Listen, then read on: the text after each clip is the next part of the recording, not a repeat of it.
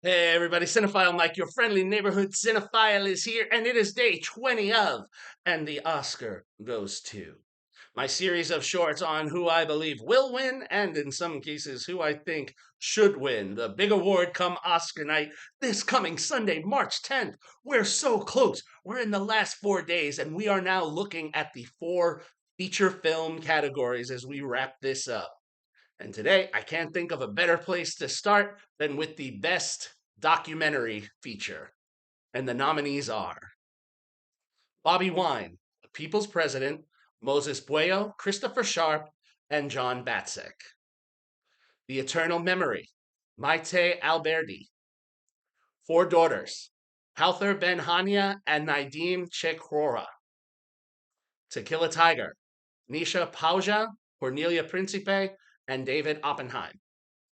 20 Days in Mariupol, Mstyslav Chernov, Michelle Mizner, and Raney Aronson-Rath. Let's go into our documentaries one at a time.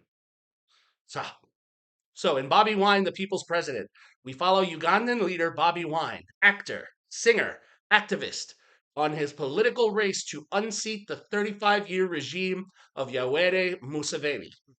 We will see all the highs and lows as he goes on his political journey and overcome the naysayers who, in many cases, would rather him remain silent. In The Eternal Memory, we see a chapter in the love story of famed Chilean journalist Augusto Gongora and his partner, Chilean actress Paulina, or Pauli, Urrutia. The couple, together for more than 2 decades, is coming to terms with Augusto's rapidly developing Alzheimer's disease and the struggles of what this has on their day-to-day lives. In Four Daughters, we are introduced to Olfa, the matriarch of a family with four daughters, and we are given a glance into their lives. However, one day, two of her daughters fled the family and joined ISIS. And to tell the story, the filmmakers brought in two actresses to fill the roles of the two missing daughters so we can see the story of this family and see how the impact of religious idealisms and conflict have impacted this family.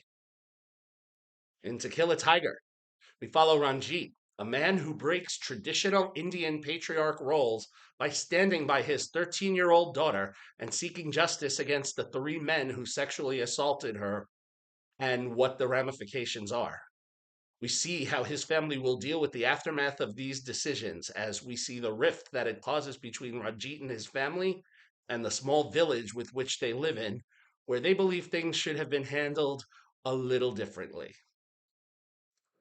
And finally, in 20 Days in Mariupol, we see excerpts of the 20 days of Russian attacks on the Ukrainian city of Mariupol. Filmmaker Mstyslav Chernov and his Associated Press crew, trapped within the city, capture footage of homes and hospitals being destroyed, people dying while being treated in the hospitals, children being born in birth, and the looting that was occurring at the time. A series of gruesome images of what is happening in our current events. So, where do I fall? I'm torn. It's another category where I would love to see a tie. But the two strongest films in this set were To Kill a Tiger and 20 Days in Mariupol.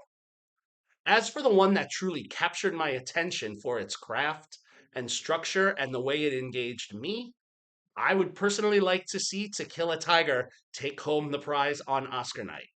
Structured like a suspense thriller, this is a timely documentary addressing these types of assaults that unfortunately occur more often than we would like in India.